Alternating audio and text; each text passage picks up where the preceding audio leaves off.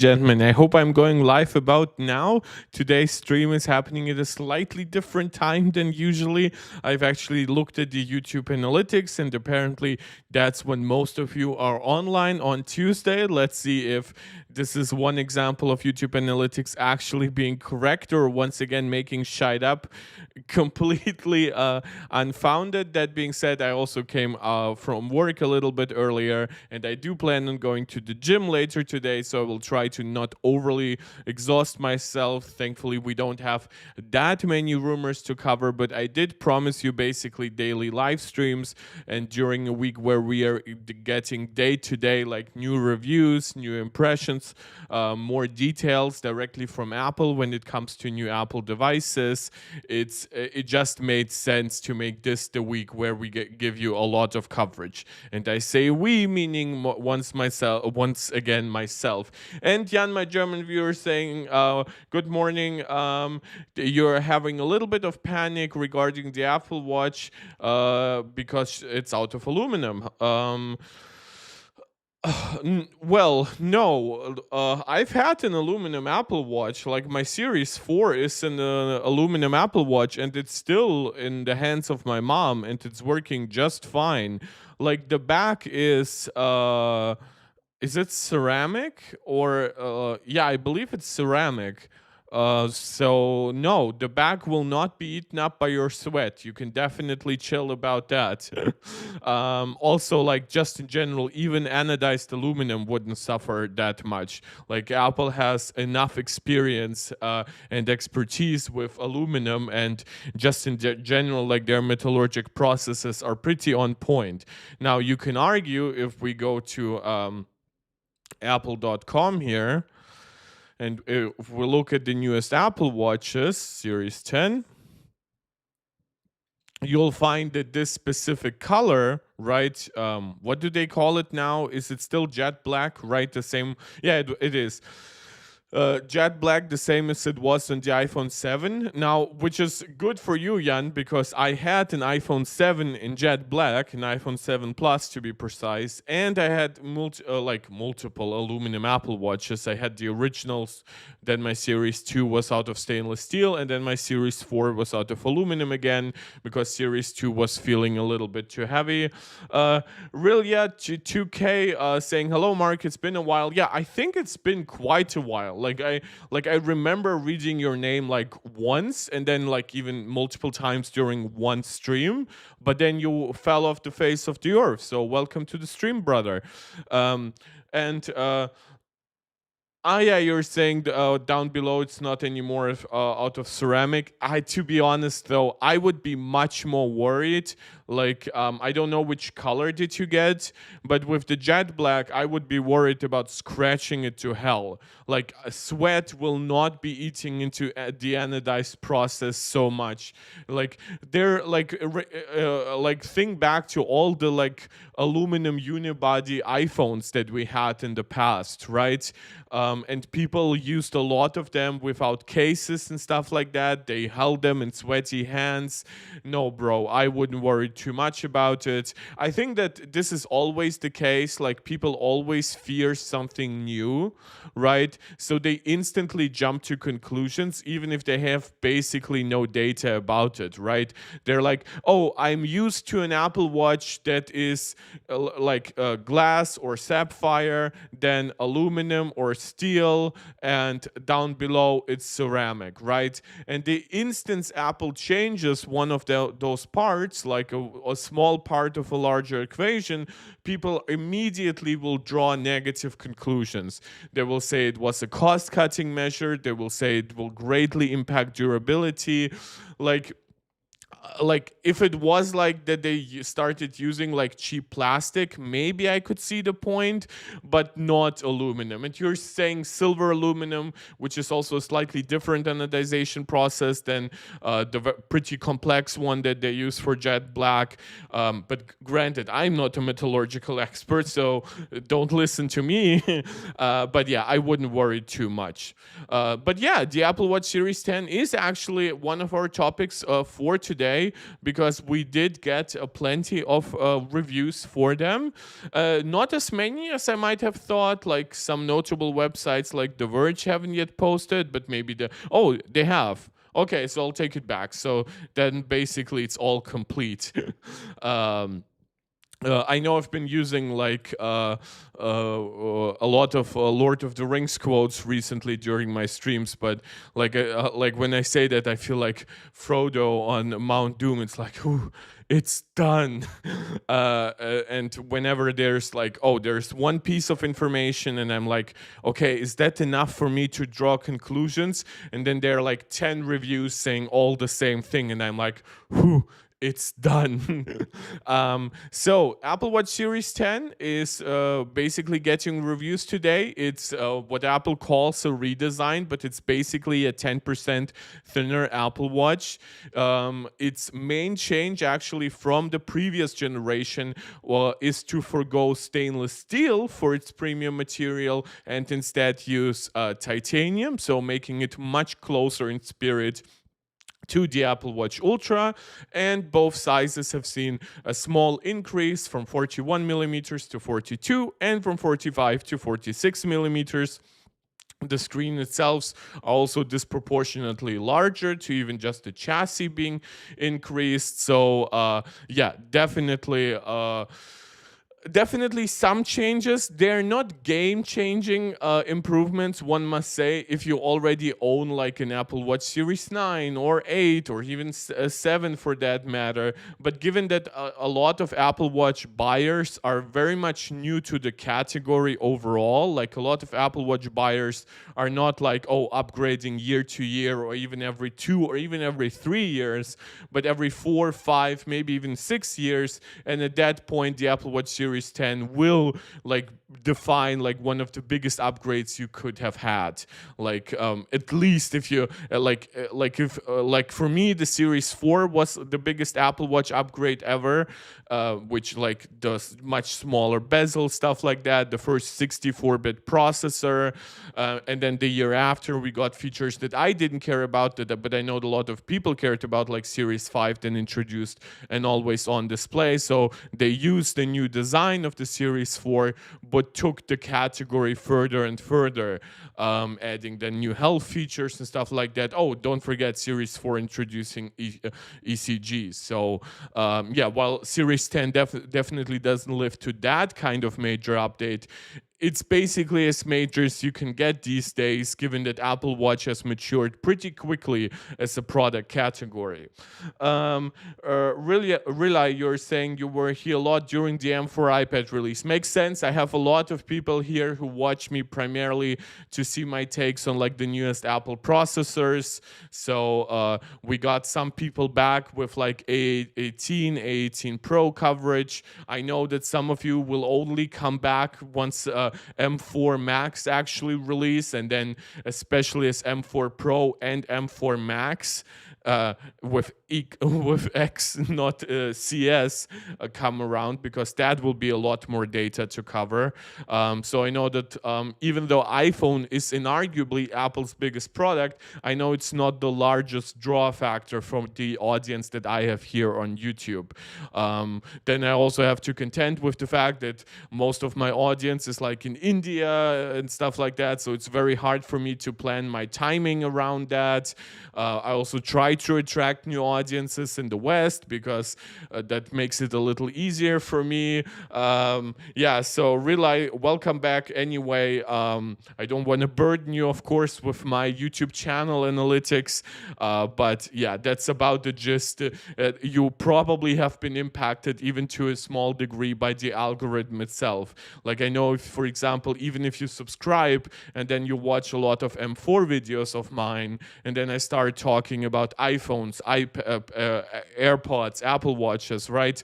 Then YouTube is like less likely to even push those videos up to your face. So I'm very glad to have you back.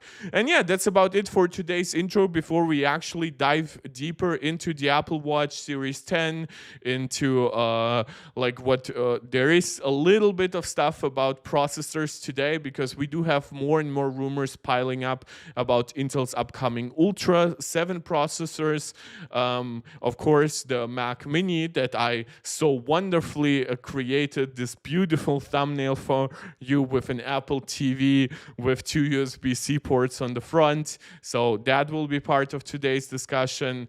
And of course, we will be watching a couple of Apple Watch Series 10 reviews. Mainly, I picked out, of course, MKBHD.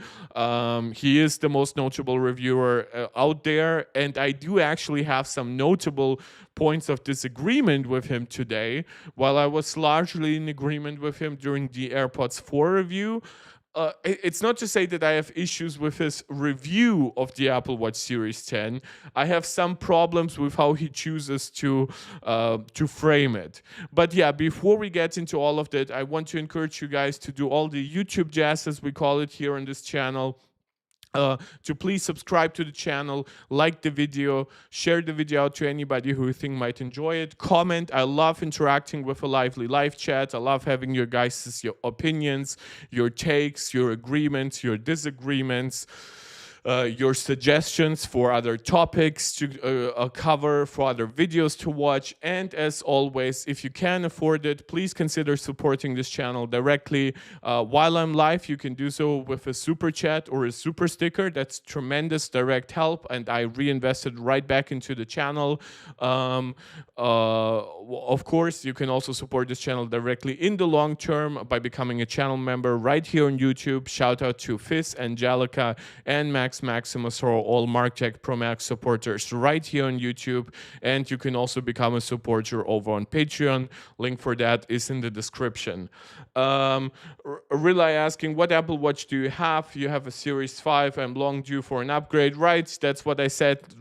A lot of people, 5-year upgrade cycles, totally normal. Now, today, I'm not actually wearing my Apple Watch. Forgive me, of course, the blasphemy, but I've had a little bit of a rash, but it's not Apple Watch related, just my skin has been irritated recently.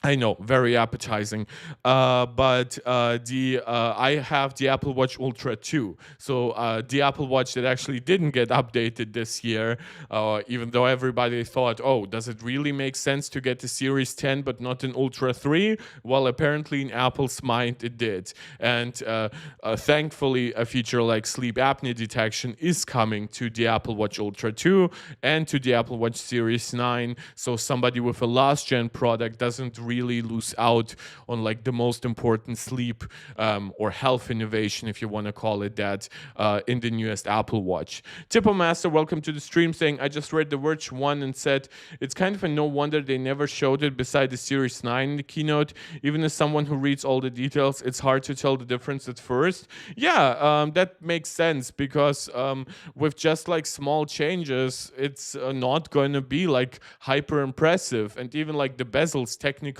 like the actual display bezels actually got a little larger this year, but then the aluminum curve got smaller. So technically the bezels are about the same size if you combine those.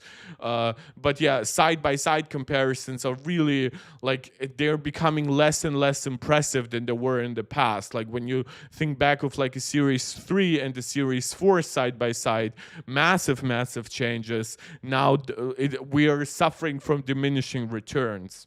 Realize saying, I had a problem with his AirPods 4 reviews since he said they don't fit his ears. So how are you going to review it then? Yeah, maybe you should. That's actually a fair point, Realize. Thank you for that.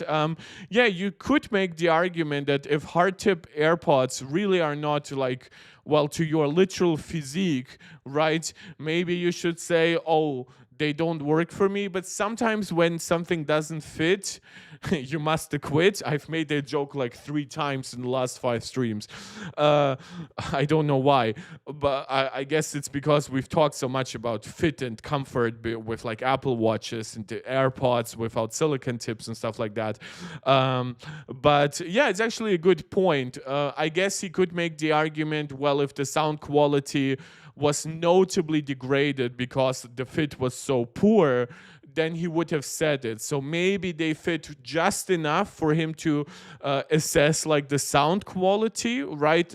And to a degree, even like the noise cancellation for a pair. But yeah, for example, like when he said that ANC quality was like in 4 out of 10, I wonder if somebody for whom they fit much better in the year, right?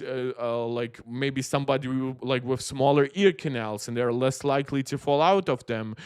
Maybe to somebody like that, the ANC, even without silicon tips, would more be like a 6 out of 10 or something like that. So yeah, that's actually an interesting discussion that we could have had.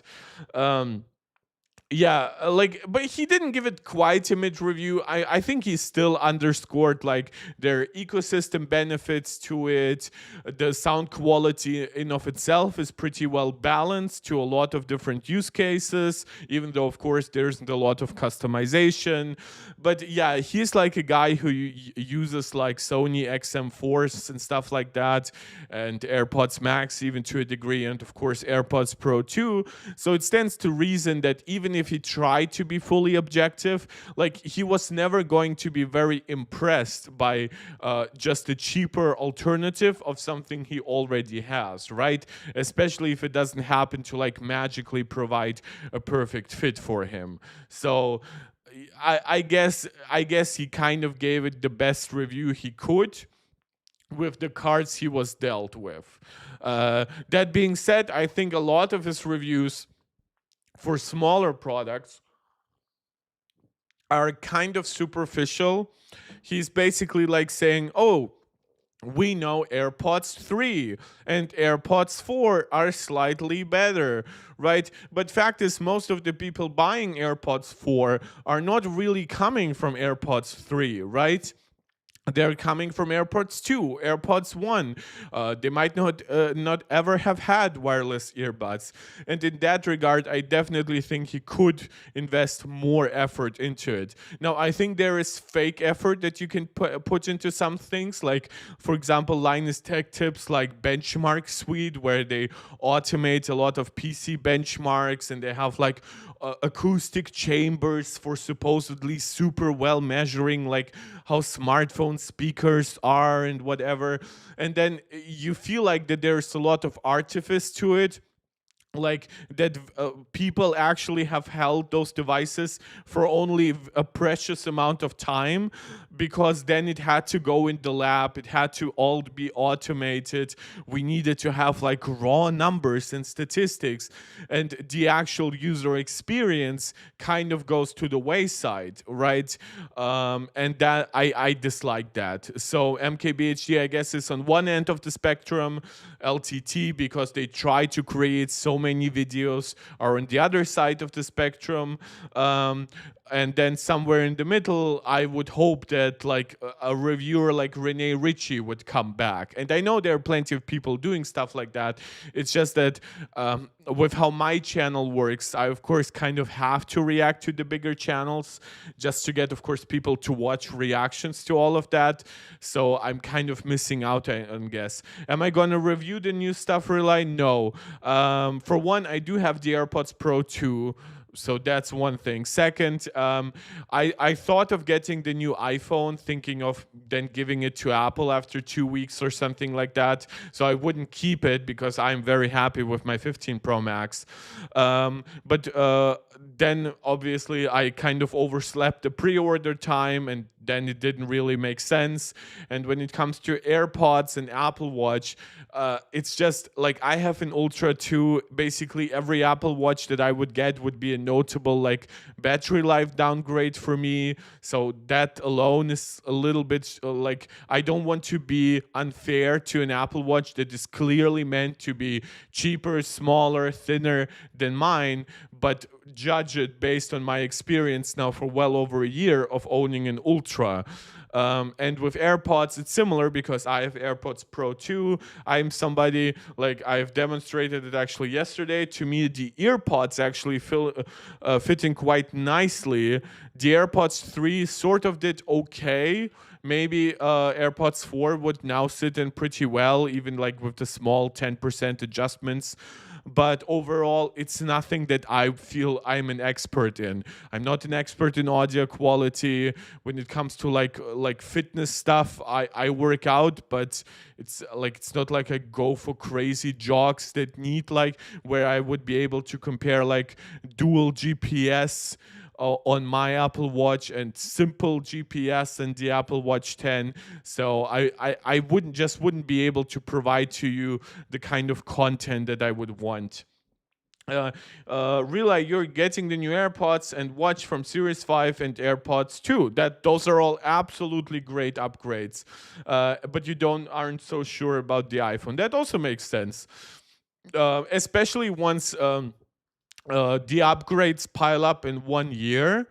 I know that people kind of become more careful about, even like financially, about even bigger upgrades in that year. Once you are already upgrading one accessory, another accessory, and stuff like that, you kind of are then inclined to ask, well, would it not make sense to like wait another year for a new iPhone and then really benefit from like having a new purchase every year instead of buying everything this year, increasing my financial burden this year, and then enjoying like new tech less next year. At least that's my perception. I think that a lot of people are looking forward towards the 7, especially as Apple Intelligence has a slow rollout, right? It comes with iOS 18.1. It comes to other regions besides the US only with iOS 18.2. Siri will only launch with like 18.4. So by the time we sort of hit WWDC next year, we are already and we'll see like what iOS 19 has to offer. We're kind of so close to the release of iPhone 17 that I know a lot of people will just say, I will get myself a 17 Pro, even better cooling, finally actually new main camera hardware, potentially like a big boost to like large language models with like 12 gigs of RAM instead of 8. So I fully understand it. But yeah, let's actually look at the review roundups for Apple Watch before we watch the videos. People call it an iterative update, but it's a slim design, which it's about 10% thinner, which I know like doesn't sound too much, but I've actually been always a big proponent of making Apple Watches thinner and more comfortable. And then I, the idiot, decided, of course, to get an Ultra.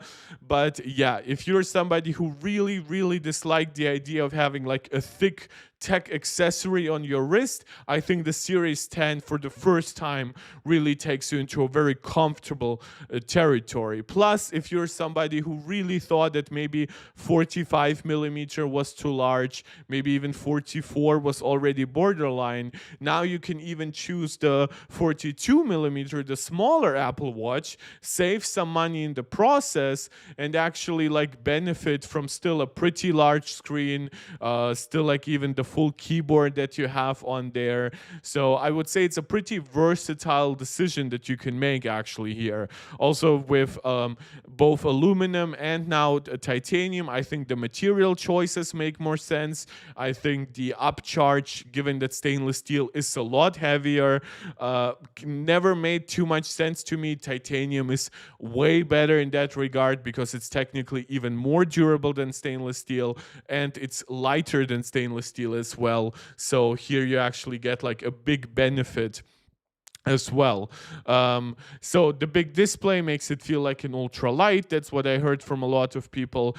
It seems like the LTPO 3 screen, even though it's rated for about the same peak 2000 nits as the Series 9, does seem to actually perform better in bright scenarios, which might also have to do with like Apple's wide angle OLED stuff, where Apple dramatically increased off-axis like color and brightness performance of the screen. So you might not while the technical level of brightness might actually be the same, you might actually just like be benefiting from that better off-axis viewing angle performance. People saying fast charging means it can be worn day and night. If you use the included puck, you really get extremely fast charge. We'll see what MKBHD has to say about it. But again, its battery life doesn't come close to what the Ultra offers, but it does have now the fast charging to compensate a little bit for that. Its S10 processor is new, but it's not game changing. It still has like the same amount of neural engine cores.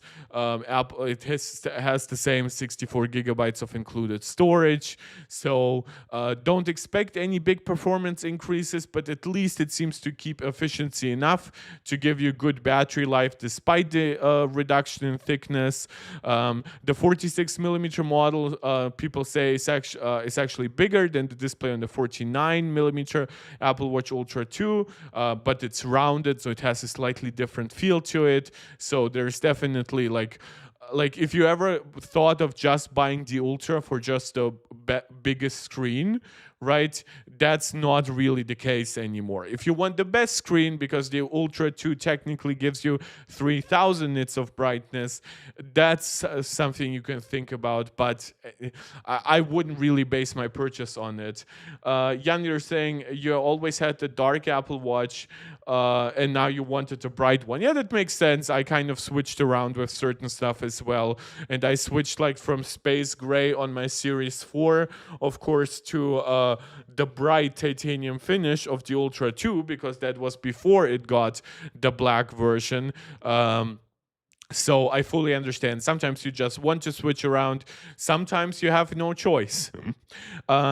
There's a better speaker, which is also interesting because Apple said it's also like dramatically smaller. So it's actually some pretty cool feat of engineering. And the speaker is so much better that you can now actually use it for media playback right on the watch. And that feature is also getting enabled on the Ultra 2. So the bigger speaker that, of course, Apple has had for a while in the Ultra definitely does benefit here from a software update, similar to how sleep apnea makes its way to the Series 9 and the Ultra 2. Yeah, and those are kind of the most important things. Like, of course, you still miss out on features like dual frequency GPS, action button, a siren mode, the generally better battery life. But now, for example, if you're somebody who really valued like titanium, going back to actually Apple's Apple Watch website here, of course, in titanium, you can now choose it in natural titanium, but it's polished, right? So it does look still differently than the Apple Watch Ultra titanium. You have gold, which is also different from the titanium finish of desert titanium on the iPhone 16 Pro. And then you have slate, which is, of course, a very shiny black, which, of course, is basically the premium version of jet black, but it's which is an aluminum finish, which will be much, much less durable. But jet black is just so gorgeous.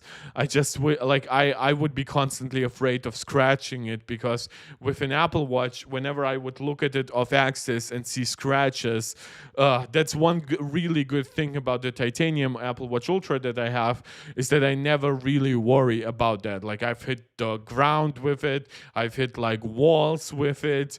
Not that I'm violent or that I cannot stand, but things just happen. And yeah, I definitely would be worried about that. But the color selection for the Apple Watch Series 10 is pretty simple, between silver, rose gold, and jet black. So if you were a fan of like red aluminum Apple Watches, blue, or even like midnight color, you're definitely getting, I wouldn't even call them subdued colors, because jet black and rose gold are definitely still very opinionated colors. But you just have a much smaller selection in general. But that's where titanium comes in and definitely helps a lot. With that also come, of course, newer accessories like a new millimeter loop that also comes in titanium, which I actually still have somewhere in my drawers. I still have like a stainless steel millimeter loop from back in the day. But yeah, so there is still choice. but it might not be quite as colorful as it was in the past. It's very clear that people did decide mostly to go for the quote-unquote neutral colors, and this is what Apple is doubling and tripling down on this year. Of course, titanium is still fancy SF. Like the natural, even just a polished look, it all contrasts nicely to to the more serious matte finish of the Ultra. But that's just my impression. So those was a brief overview of more Apple Watch reviews. That still, of course, leaves us to hear the words of the biggest tech YouTuber in the world.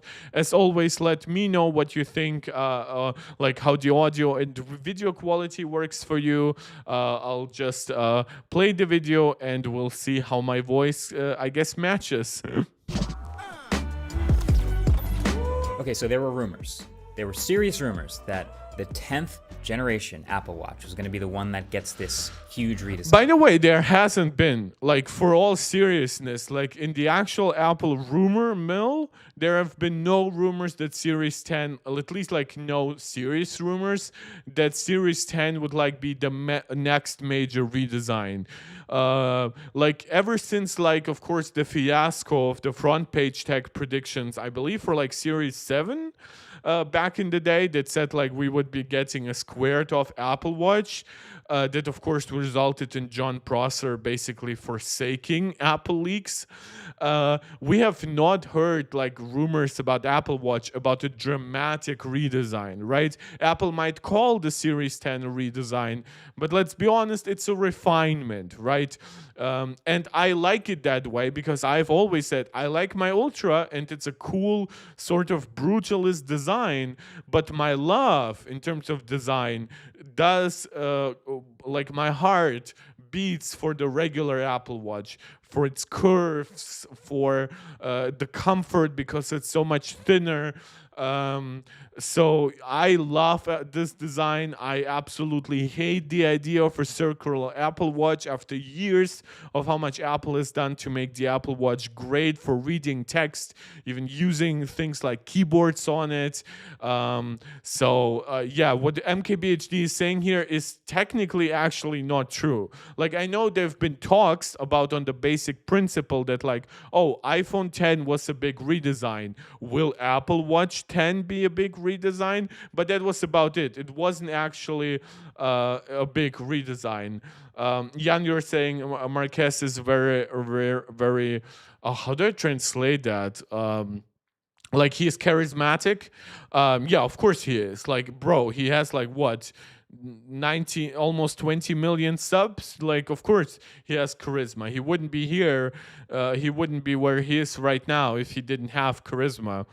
Like, remember the iPhone 10? That sort of reset the design language of the whole iPhone line. And 10 is just it's a nice round, even number, right? So we just kind of figured that maybe the Apple Watch would do the same thing. And I even remember in my last few years of reviewing the Apple Watch, Series 8, Series 9, I was like, look, these are good watches, but clearly very incremental improvements. So if you want a big upgrade, maybe wait till the 10th gen one. And so now here we are. Yeah, that was stupid. Like, without any kind of like, I guess you could say that with the Series 9, unless of course you want to make the argument about like in the US, like the blood oxygen sensor doesn't work because of patent disputes. So maybe actually getting Series 9 early on before that feature was disabled would have made sense. But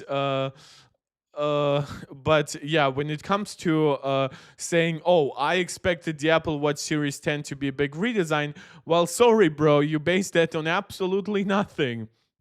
And you got pretty much nothing. Not because the Series 10 is a bad upgrade, but because now your expectations are playing with your mind. Jan, you're saying Justine is also very charismatic, but it seems like she likes everything. Yeah, she's a very positive YouTuber in that regard. She can criticize, but the question is, I always feel like she reviews stuff that she actually likes. Like, she likes iPhones, she likes iPads, so like, and Macs, of course. Like, so a new iPhone, iPad, or Mac will just automatically result in her liking it, which I think is actually a genuine consumer response. Like I think this hyperfixation of like, oh, this is 3.75% better than last gen, but I expect it to be 5.14% better. So that's a disappointing degree of improvements of 34.68%. And I'm like, yes, you can technically choose to see it that way, or you could just say, oh, it's marginally not as fast as I wanted it to be, which again, nobody forces you to buy this specific model. You can always wait for something next. You can always wait for a discount that increases your value. You can always get the last gen version at a higher discount. You can always consider the alternative between Android phones, Windows laptops, whatever. Like I have always said, the reason why I stay in the Apple ecosystem has absolutely nothing to do with lock-in, with being locked in. Like when I bought my 2021 late M1 Max 14-inch MacBook Pro, there was nothing forcing me to buy a Mac. Like, sure, I guess like features like iMessage are comfortable, and I guess my photos sync nicely. But even that, photos do sync with Windows 11. And like iMessage, I still use mostly on my iPhone and my iPad anyway. And it's not like I have a lot of shared purchases that I will download instantly on my Mac. Even if I did, the higher value of Windows hardware, like in general, like especially when it comes to storage and RAM, would result in me saving enough money to basically rebuy any kind of application I might have owned. It would result in me not having to subscribe to an app like Parallels, where I can still run Windows in a virtual machine. I would be able to play much more games on Steam, right? But I bought a Mac because I genuinely prefer Mac OS versus Windows, and because I play most of my games on my PlayStation.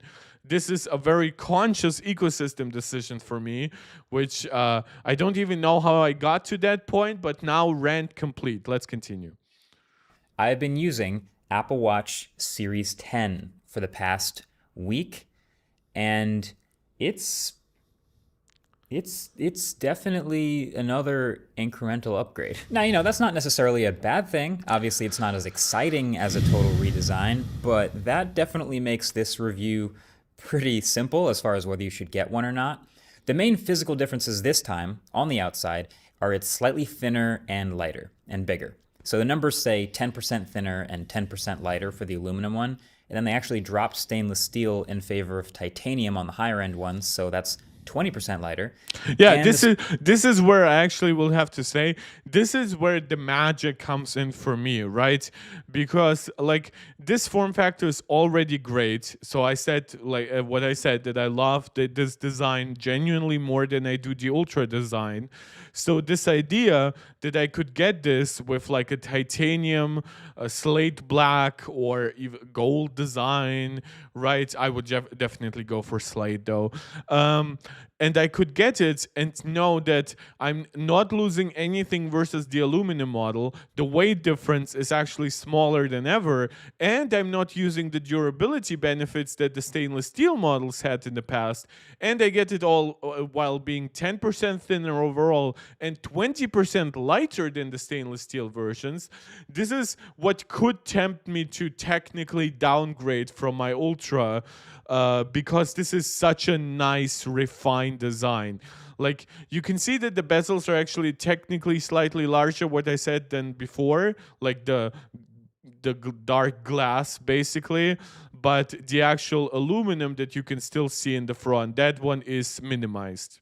screens of both sizes are now even bigger. And the result is really just that you can see more and it's just more comfortable on the wrist. In fact, it actually just feels like someone took last year's Apple Watch and just squashed it down a little bit, and there you go. That's the new design. And of course, it's more complicated than that. Like there is a new metal back that's one piece now, and there's a new re-engineered speaker that's 30% smaller, so it can fit in this, and just other pieces like shuffled around to fit in this new shape. But the end result is very much still an incremental update instead of some dramatic new form factor. I actually think now this visually reminds me more than ever of a Pixel Watch. I hate it. Like, I've pre-watched like half the review, I believe, until somewhere here. This is the comment that really like unnerved me. It's like, how does this remind you of a Pixel Watch when that is basically the entire aesthetic from like Series 7, 8, and 9, even to a degree, even going as far back as Series 4. Like, what the actual F? How does it remind you of a watch that is like 2 generations old, or 3 maybe at this point, and it had like those absurdly thick bezels, like really absurd. And now this reminds you, even though it looks like even beyond like the newer Pixel Watch, it looks like it's 2 generations newer. Like, it looks like it's 4 generations newer than the original Pixel Watch. Like, what the actual F, Marquez? Depending on what face you have, just because of the way the top edges are curved even more and the way everything just kind of melts into the sides, especially I with mean, this new. yes, it's more curvier than it was before, which, by the way, again, a shout out to front page text prediction of a boxy Apple Watch. It seems like with every new generation, Apple's making it curvier and curvier. Jet black color, it's just way bigger. In fact, it's true, the larger 46mm AppleWatch Series 10 basically now runs the same screen size as the Apple Watch Ultra. And Apple loves to do that thing where they show an older watch on the screen and then the newer watch with a bigger screen next to it and brag about how, hey, there's a bigger screen, so you can get even more text and even more content on the screen, and it's easier to type on that on-screen keyboard. Which is, by the way, very interesting. Like, we saw like how similar it looks to the Apple Watch Ultra. I wonder if some of the rumors about it being 49mm in size came from the fact that maybe somebody in production just briefly saw it next to an Ultra and decided, oh, they're about the same size, right? Obviously, it's printed on the back which size it is, but I wonder if that's how the rumor came to be, that we would be getting like 45 and 49mm Apple Watches and ended up instead with 42 and 46. Yeah, Jan, you're saying you will only switch once it's a triangle. Yeah, that's the kind of redesign I feel like people are asking for at this point. Just change for change's sake. Like, no sense for what is actually needed, what will actually be. Like, imagine this, like, not even on a triangular Apple Watch, because that's ridiculous, but even on a circular, right? So suddenly, like, yeah, that upper row is great, but then the lower rows have to be much more compressed. So I really don't understand this wish for a circular Apple Watch. At that point, get a freaking Galaxy Watch, get a Pixel Watch if you really care that much, or get like one of those like hybrids where you get like a fitness tracker, but it's part of a real watch or whatever. I just don't understand it, why you would even ask that.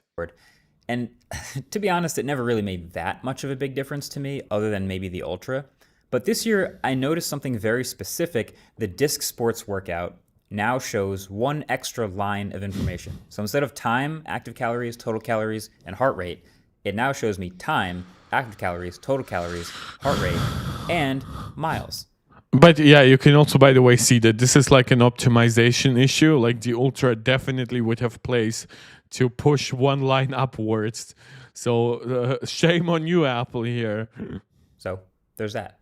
I think watchOS 11 literally just adds an extra line of text in some instances with these bigger screens, Yep, which is kind of that's funny. true. But speaking of watchOS 11, that launches on these new watches and gets pushed as a software update to some older Apple Watches. So you're going to get things like the new Vitals app, which gives you a sort of energy score, kind of like the Garmin body battery.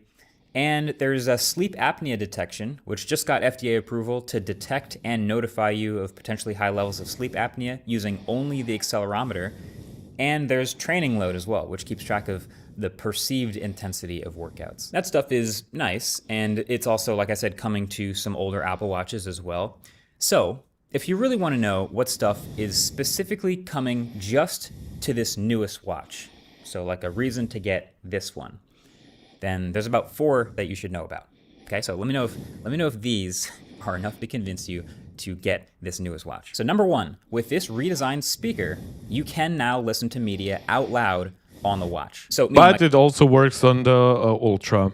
Like you could already like take phone calls and set alarms and stuff, but now you can literally just play media like music or podcasts. By the way, I should try that on my Ultra. For some reason, I haven't tried it yet.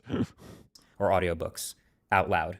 So you could be on a hike and just forget your headphones and just, you could be that guy, but don't be that guy. I don't get it. What do you mean don't be that guy? You're literally just talking about like a hike.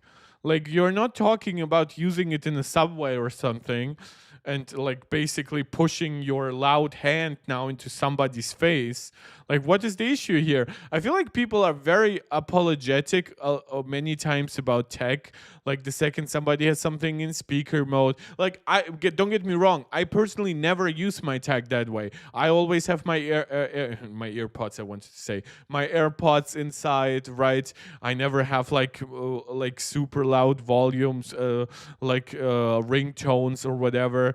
But I'm never that bothered if somebody just has like a little bit of music playing. I don't know. I guess it would become an issue maybe if everyone does it simultaneously, but maybe that's just less of a cultural issue here in Germany. Like so few people do it that I'm not really bothered when it's like coming from one individual, but I assume if like 20 people did it, yeah, maybe I would get really annoyed by the volume. So the number 2, this is now an updated LTPO3 display, which means it'll go all the way down to 1 hertz instead of 10 hertz. So now it can show the second hand all the time when the always on display. I thought 1 hertz was already possible. What? AppleWatch Series 10. Give me tech specs.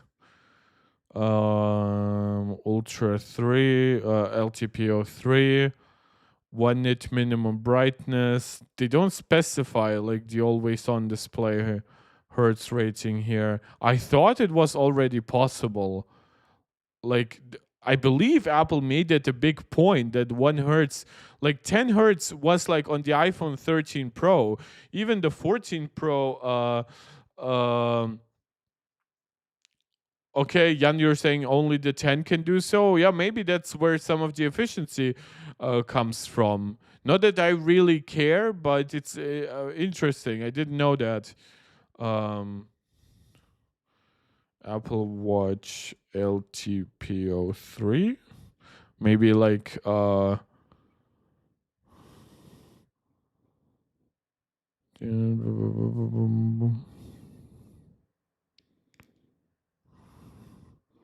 LTPO gives the Apple Watch always on display.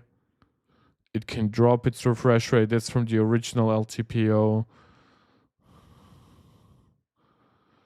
As a new display driver. Buffering for 6. Apple says it can lower the Apple Watch refresh rate from 60 Hz down to 1 Hz when the watch is inactive. That is specification that was provided with the Apple Watch Series 5 based in 2019.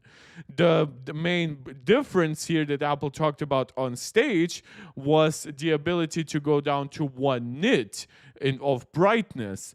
But I did not hear Apple say that hertz have changed on this new Apple Watch. Maybe I'm wrong, and I would be very much inclined to accept that if I'm wrong, but 1 hertz definitely has been possible before. It was kind of like the main point, right? It's like 1 refresh per second means like 1 animation per second, right? Like for like this, for like when a second changes. I know it sounds stupid, but that was the pitch here all those years ago. Maybe something changed. Maybe Apple wasn't actually capable of delivering 1 hertz. Is on because it doesn't take up extra battery. Plus, it has slightly noticeably better off-axis viewing angles, which actually helps for a watch, so you can sort of glance and check the watch and still see it without looking like you're checking your watch. So the number 3, there is a new water temperature sensor. So here's the thing. I don't know if you which is very interesting that we have that, but not so like I don't have any test results for this particular just regular new sensor, measurements for but it's there skin now, temperature. So great. But then number 4, faster charging. So cared about Yeah, this yeah. one. Turns out, so if you use the puck I that know comes we are with it, this is how talking you about like how Apple implements it in software. That might be that they deemed this new screen efficient enough to always show the second, I don't know, the arm of the watch that shows second. I'm sorry, because I always have to translate your stuff. I'm kind of getting lost. I know that doesn't work on other Apple Watches because I don't have it, but that seems like a software thing. Like, come on, you're telling me that Apple couldn't at least, like, it's not like more hertz makes it impossible. They could just give you the option and say, oh, it degrades your battery or whatever. Like, it costs you more in battery life. maximizer charging speed. You can now get it up to somewhere around 65% from dead in half an hour. It's supposed to be 80% actually, but we couldn't get it quite that fast. But nevertheless, the faster charging speed is very welcome. And that's it. That's the new big 10th generation update. There's also the new S10 SIP inside, which doesn't seem to be noticeably again, faster or better at anything. Yeah, the system and package stuff. We unfortunately, Apple never gives us enough details to really like root for it that much. I wish they would have at least let us know if it has like new generation efficiency cores and powering it. If maybe it has like I don't know at this point, like if it's a 3 nanometer chip, right, rather than 5 or 4 nanometer, which was the previous generation. So, but maybe Apple just deemed the last processor good enough. Maybe they put it on a slightly refined, like, and I'm sorry. And for Peanut, I think I'm actually coming down with something. So my throat has been dry for the last 2 days, but it has really only caught up with me today. So I apologize if I like cough a little bit. But yeah, like system and package information, unfortunately, we don't get that much. Yeah, and you were saying Apple is mastering, like, giving us software locks for certain stuff. Yeah, absolutely. I don't deny that. I think that they're definitely not as bad about it as some people say. Like, we see features like sleep apnea getting like ported to older generations, but we also, of course, see like when a piece of hardware is current, right? Like we see with AirPods Pro 2, Apple doesn't like wait artificially like a year or two with features and Tau to only bring them to Apple Watch Pro 3. Instead, they will bring you stuff like new hearing aid stuff right to the AirPods Pro 2. Right, so Apple can, of course, lock some stuff in software, or they just do things that they believe are genuinely better for the actual device. But I highly doubt that my Ultra 2 with an LTPO2 screen, which definitely can go down to 1 hertz, would be incapable of in software accepting like maybe if it even has to run the animation at like 5 hertz, right? For all I care, that the battery life would now be worse than on the Series 10, right? Because don't forget, the Series 10 might have a very efficient screen, but it has a much smaller battery than the Ultra 2. So it's all a balance, and Apple clearly decided that they should give this feature to the Series 10, but not the Ultra 2. The S9, it has an improved neural engine, but hasn't been enabling anything that the S9 can't do. So yeah, is that enough? And the more I thought about it, honestly, my take is that now that Apple has called this a redesign, like if you watch the keynote, they were like, this is a huge deal. This is a big new 10th generation redesign. Like, now that they've done like that, a lot of the times they talked about the design, they talked about the larger screen, which again, 42 versus 41 and 46 versus 45 millimeter in terms of like chassis side might not sound too much, but when the screen is actually pushed even slightly beyond that, now you actually have a very good upgrade. And again, for a lot of people, the upgrade is not going to be Series 8 or 9 to Series 10. It's going to be Series 5, Series 6, maybe even Series 4. God forbid if somebody has a Series 3, this will feel like an entirely new product category with much longer battery life, incredibly like triple, quadruple the performance, stuff like that. So yeah, while I know that a lot of people like these year-to-year comparisons, they do just not reflect regular consumer behavior. I'm fairly sure that that means that this is what the Apple Watch is going to look like for the next 5 to 10 more years. Like this, if this is a real redesign for Apple, then we're going to be back to even smaller changes from here on. Really, the only parts of this update that made a big difference at all to me are the larger display and faster charging. The larger display for obvious reasons. The faster charging is nice, especially just because if you want to drop it on a charger for a few minutes and get a bunch of use, then you can. I would find it even better if I was doing sleep tracking as well. But I've mentioned this before, I'm not, because I'm using the 8 Sleep for all my sleep tracking. And then you can also leave your wearable on the nightstand. But okay, Yes, we're getting... yeah, this was a giant ad then for like his sleep bed, for like his sleep optimized bed. I don't really care about that. I've said that the things I disagree with here are the idea that like a circular Apple Watch would be a big change. The question is, I feel like people don't really question why they ever suggest shit like that as a change. And the reason they do is basically because it makes it more exciting for them to review. It might actually result in a worse Apple Watch, right? Marquez could be here next year if Apple introduces like a circular Apple Watch. Marquez would be saying like, it looks good with like a watch face, but the second you actually try typing in some text, it's actually much worse. Or if you look at photos, it's worse and stuff like that. So, but of course, for reviewers, that makes it much more exciting. Um, yeah, so that to me is it's a little frustrating, unfortunately. Yeah, but I don't think it makes really that much sense to even watch Dave 2D's review at this point. Like, I think we saw all the small changes here. We saw the refinements. We saw the things where I disagree in general a lot with reviewers. And I think tomorrow we are getting iPhone 16 reviews. So that will be much, much more interesting, I think. The last two things I want to cover today actually do have to do with something that we'll be hopefully covering next month. And that is that Apple technically leaks the new Mac Mini with 5 USB-C ports. They have done so in code.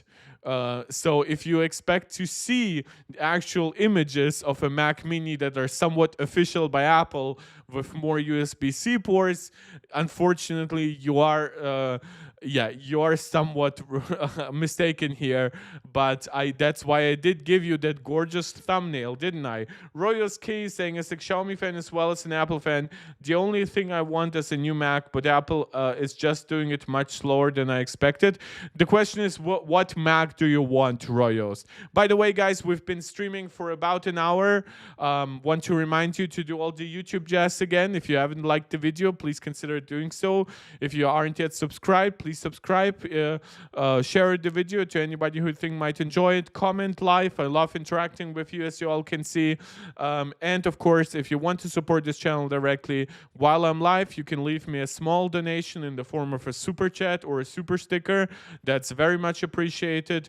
Or you can become a supporter right here on YouTube as a channel member, or by subscribing on Patreon.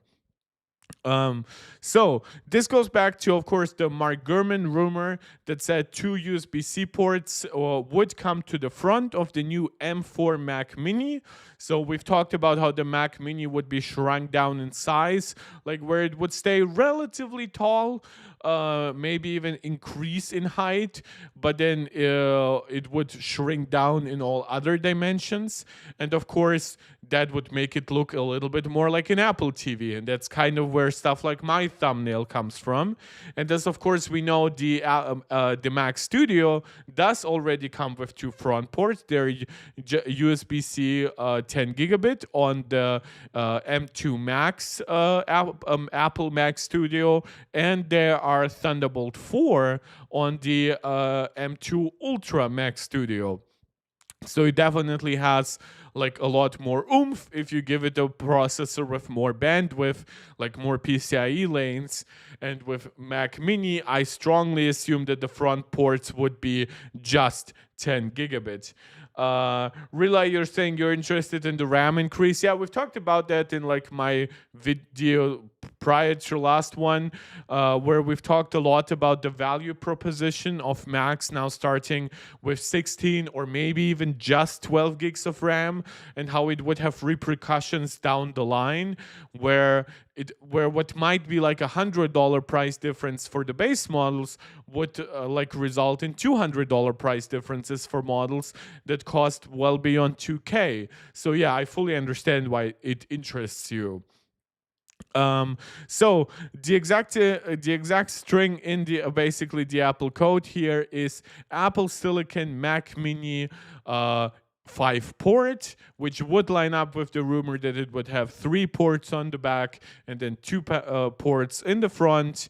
It would be either M4 or M4 Pro based. We don't know if maybe the M4 version has fewer ports than the M4 Pro, or maybe the M4 Pro can give all those ports Thunderbolt, and the base M4 can only give the ports on the back Thunderbolt, and the front ports are regular USB-C. We'll have to see. We of course have covered the fact that M4 has more Thunderbolt controllers on its die than the M3 or M2, so that would be obviously a good way to increase the amount of ports without slowing any of the ports down. But yeah, we'll have to see what the exact like PCIe lane specifications are on these upcoming Mac Minis. Royster saying, you want the new Mac Mini, you heard the leak about it, China Foxconn has started to produce it. Yes, it seems like M4 devices are basically, well, kind of done and are shipping out slowly, and M4 Pro, which one part of the Mac Mini lineup would be, but of course also on the MacBook Pro and M4 Max devices, they will be shipping probably sometime soon. So maybe expect M4 devices to launch like early November, and then M4 Pro and M4 Max devices to ship late November, early December, just in time for like to be mass available for the holiday season. Relay saying, yeah, hopefully the MacBook Air comes soon with more base RAM. Yeah, but the MacBook Air, don't forget, it is getting upgraded later than what we're currently seeing with the M4 MacBook Pro. That, of course, includes the M4 MacBook Pro, the M4 Pro MacBook Pro, the M4 Max MacBook Pro.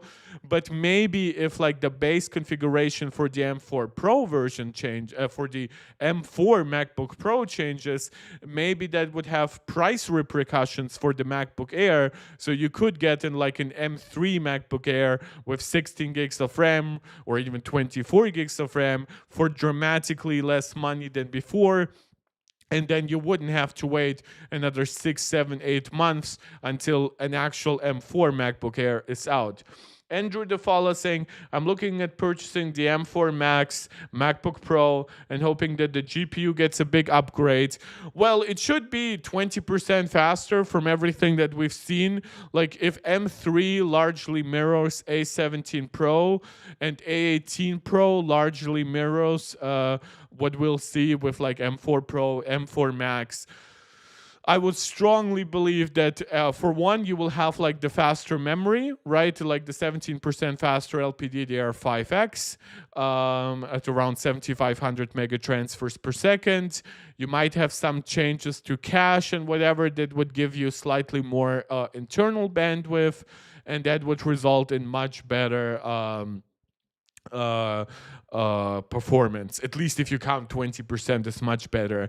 And then of course there is Apple's promise that A18 Pro gives you double the ray tracing performance of A17 Pro, and if the GPU on the M4 Max scales versus M3 Max in a similar way, that's of course a huge uplift for tasks like Blender, for any game that might have ray tracing, so that would be interesting.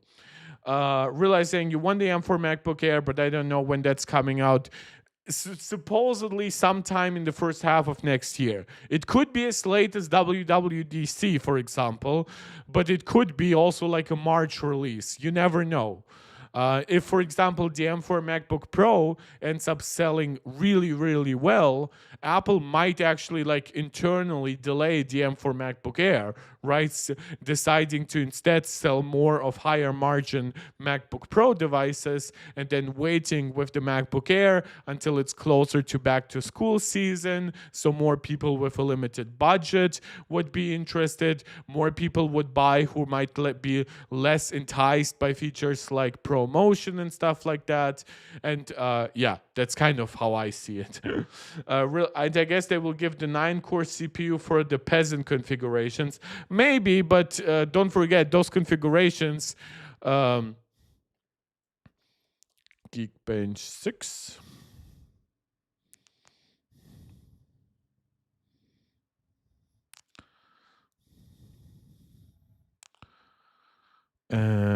Pop up, like, let's open iOS and let's open Mac, and you can actually see it.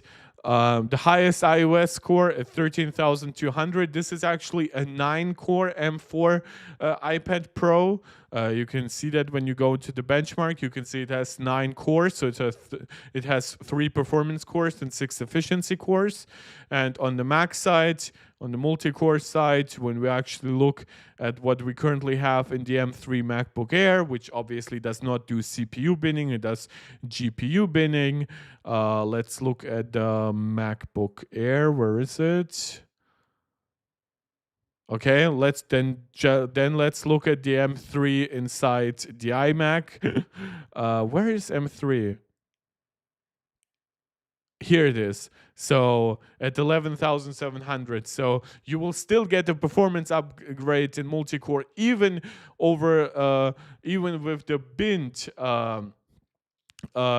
even with the binned M4. Realize saying Mark is a processor type of guy. Yeah, my channel has kind of slowly drifted into that direction. So this is why we cover this stuff here a lot. I know a lot of you like hearing about it, like analyzing it with me. So that is, of course, that makes it more interesting to me as well, right? That's a symbiotic relationship in that regard.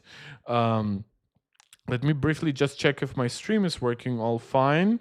Yeah, it has. Good. So, but of course, yeah, the metal uplifts might not be that significant here. If we look, where's regular M3? Regular M3, 48,000 here. And then if we look at iOS benchmarks in metal, 53,000 versus 47,000. So again, still an uplift there, might not be game changing. So if you can actually get a really good deal on M3, especially with the amount of RAM that you want, it might be worth considering, just saying. If you're really not interested in stuff like ProMotion displays, 70 watt-hour batteries, significantly more cooling, HDMI ports, stuff like that, all the stuff that you, of course, get in the MacBook Pros, the M3 MacBook Air definitely isn't a bad device, especially if you can get it for a good price.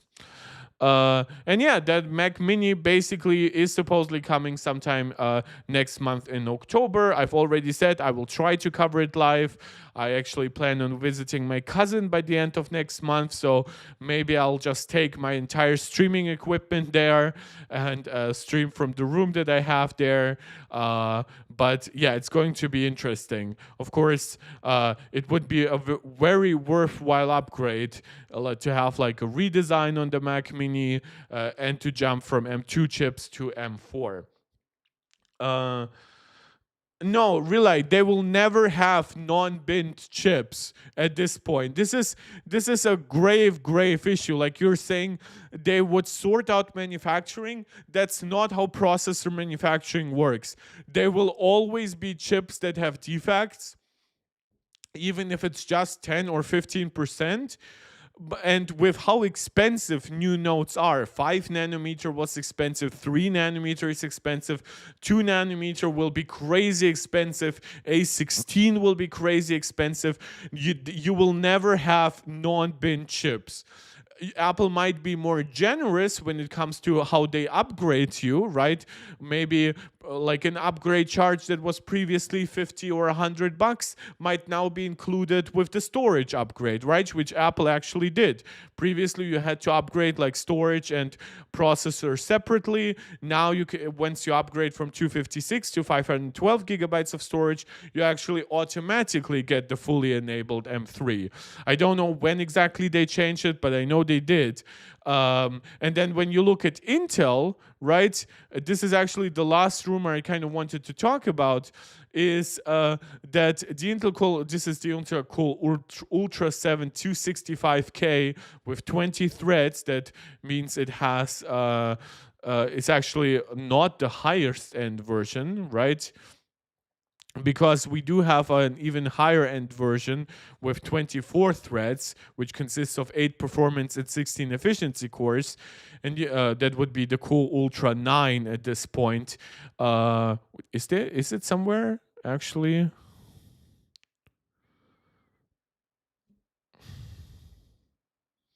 Really, yeah, but the 15-inch MacBook Air right now doesn't have any binning, as far as I know, right? Like right now, the M3, I believe you get all the GPU cores right away on the 13-inch, on the 15-inch MacBook Air. So if you actually plan on going for the 15-inch, there is a good chance that you get the full 10-core CPU. It's not like it's super likely that Apple has to bin that many cores, right? Like that many chips down to from 4 performance to 3 performance cores. So yeah, I actually like I wouldn't worry too much about that. Like the reason the 13-inch gets the bin chip is, for one, Apple wants to bring pricing down as much as they can on the 13-inch, but the 13-inch is also what sells. So this is where using the slightly worse chips makes the most sense, to just maximize the amount of supply. The 15-inch, even though it sells well, it's arguably the best-selling 15-inch laptop in the world, it's still dramatically sells less than the 13-inch. So in that case, it just makes sense for where's the processor here? Right, the chip here always comes with the fully enabled version. So maybe that will still be the case next year.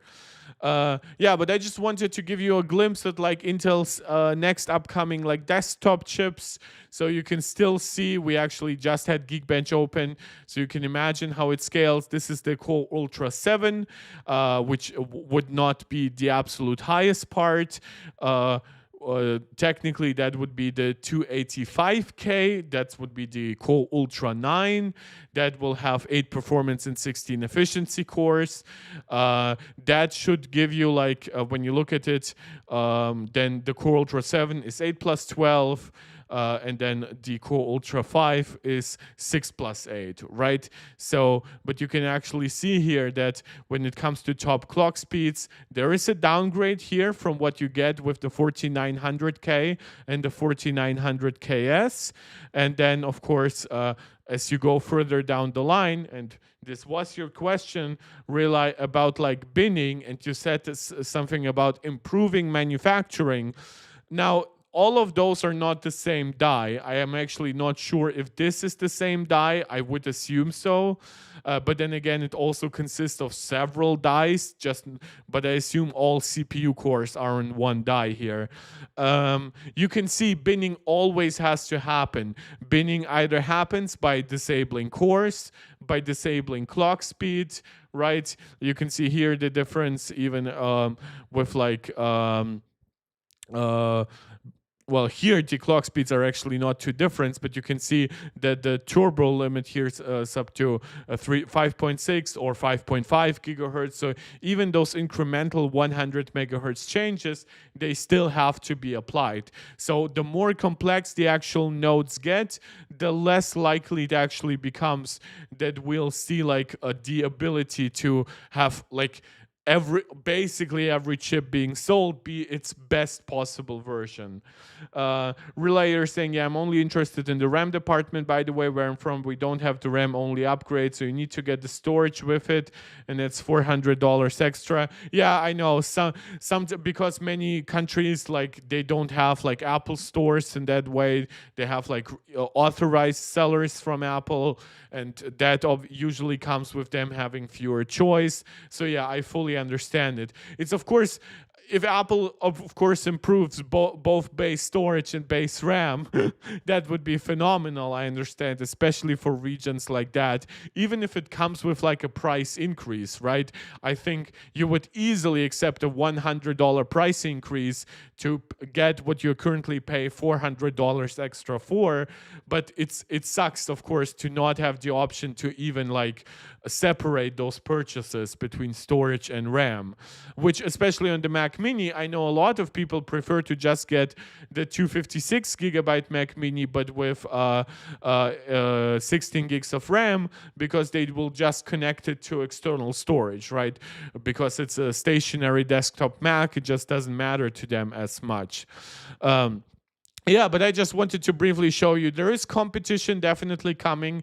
Intel has adjusted in a lot of ways. Now they've said that everything Arrow Lake will actually be N3B based by TSMC. So there will not be Intel 20A as a node.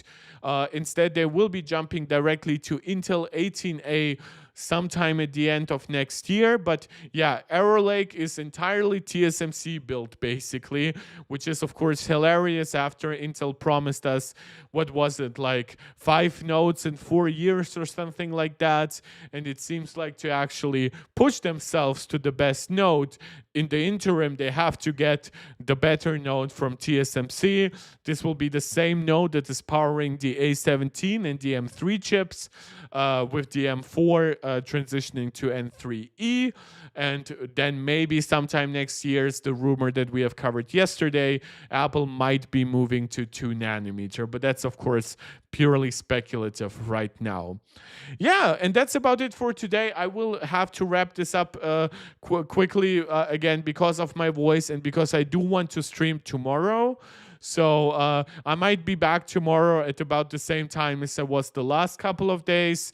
But thank you guys so much for joining, for making this a very lively live chat, for seeing some people again that I haven't seen in a while, actually. And before I go, please consider doing all the YouTube jazz for me, subscribing to the channel, liking the video, sharing it out, commenting. Please comment when the video has actually been uploaded. Like, I know a lot of you are very active in the live chat, but please leave a regular comment. That helps out tremendously with the algorithm. And beyond that, if you want to support me directly whenever you catch me live, please consider leaving a small donation in the form of a super chat or a super sticker. Consider becoming a channel member right here on YouTube. Shout out to Angelica, Fizz, and Max Maximus, who are all MarkTech Pro Max supporters right here on YouTube. Or consider becoming a supporter over on Patreon. Link for that is in all the links that are linked to that channel. But I'll link you to that, I guess. And beyond all that, thank you so much for joining. I'll catch you guys next time. MarkTech, tuning out.